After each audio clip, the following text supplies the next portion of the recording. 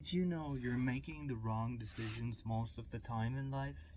And the reason why you're doing the wrong decisions is because you're being manipulated by the karma, by the psychoenergetic field that you were born with. And what happens is that you're kind of like in an emotional prison. It's actually pretty claustrophobic, you just don't realize it. And the way to solve this is if you spend 50% of your daily routine, 7 days a week, doing yoga, and after yoga you sit in silence, marinating as the self.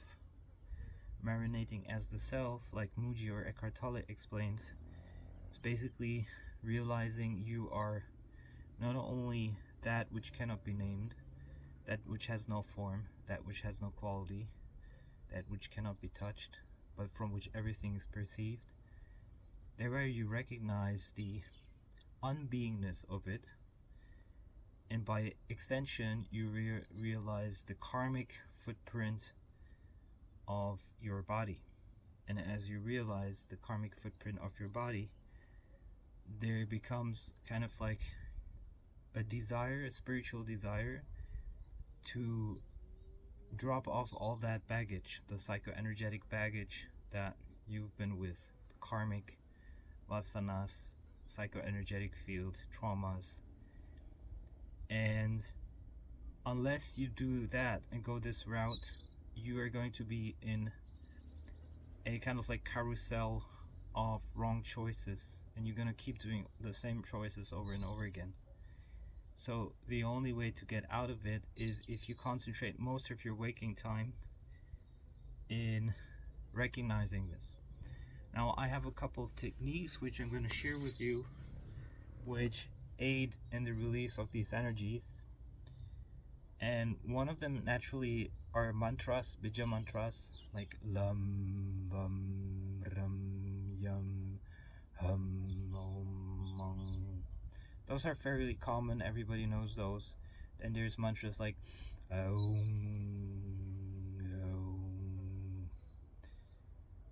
then you have tapping, but not the EFT type tapping, but you pick a spot where you feel there's energy unresolved and you keep on tapping there, maybe even for hours, until the energy opens up. And then the nadis, the energy channels, they start to work like elevators, in which the energy kind of like attaches to and goes up towards your eyes and wants to be cried out. So you let out all of these emotions through the psychoenergetic field, through the tears, and you disidentify with the story by resting and abiding in the self. And then there's nadi breathing. Nadi breathing is basically you pick two spots on your body where you feel there's something still stuck, energetic, and you breathe back and forth, visualizing an energy channel between those spots. That's also how you release energy. And all psychoenergetic energy and fields. Then there's a little bit of noise in the background because it's Sunday, and it's usually, I'm a van lifer, so I'm always traveling, and for me the worst are the weekends, because there's so many people always coming with their noise from the cities and bringing it into nature. It's kind of awkward to observe that. Instead of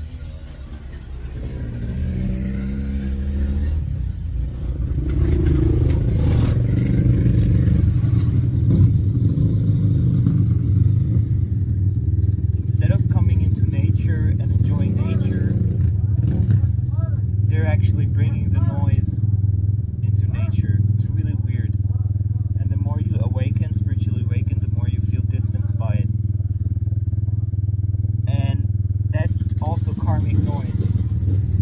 Because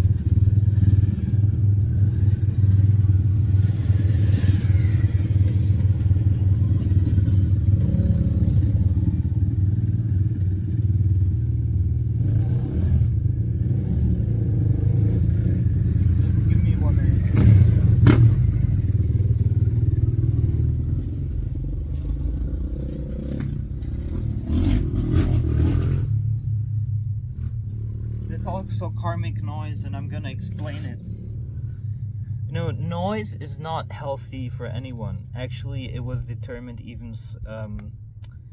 I think there was a study for it which showed that noise and these kind of noises and mechanical noises, they actually make people sick. And but people do what I would call self-hating. Just wait until they're gone.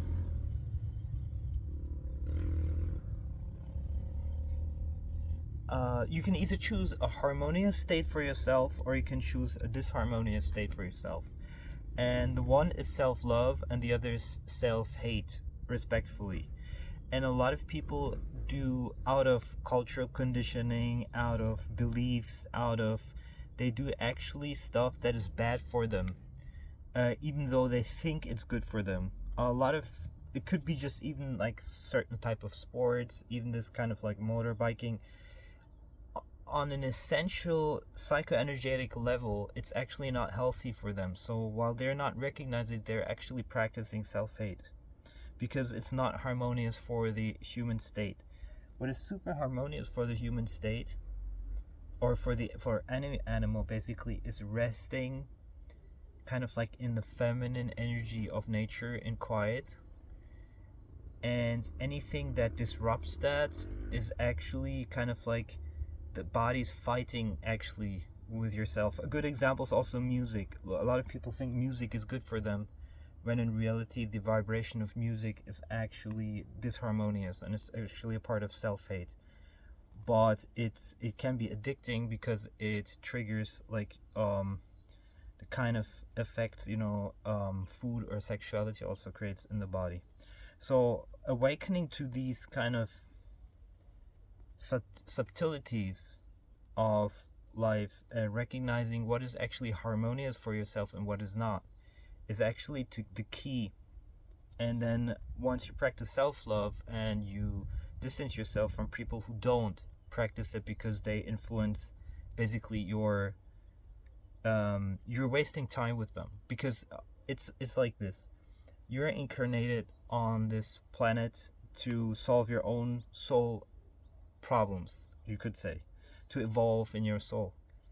And when you are dealing with others, they're actually dragging you into their problems, their soul problems, and you're wasting time.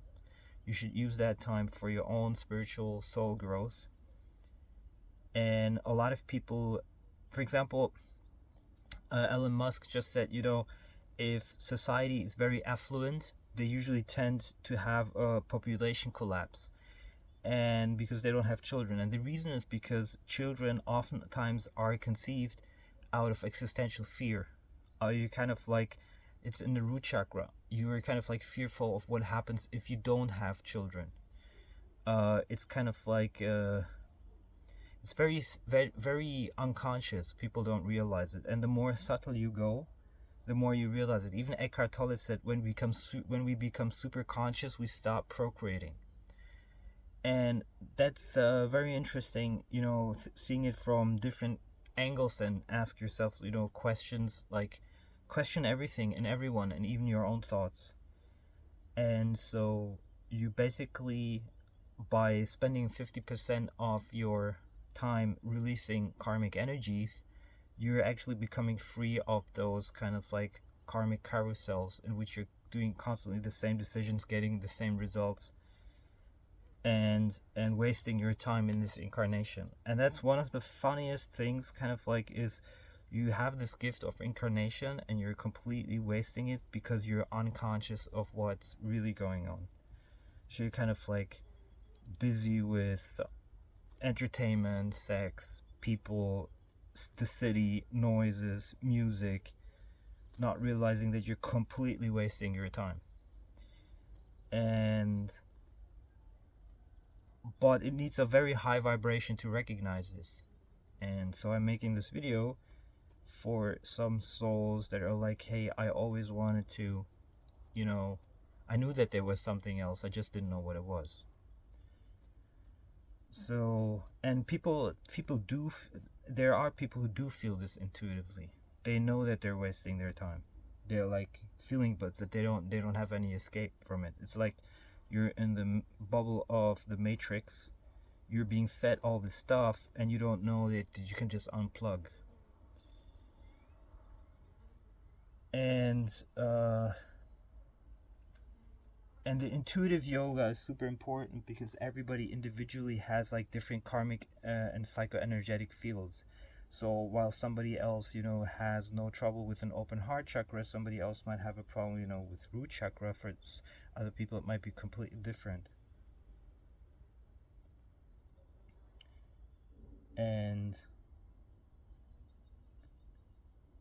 you can go through life ignoring it, but you always have a sense of kind of like avoiding something.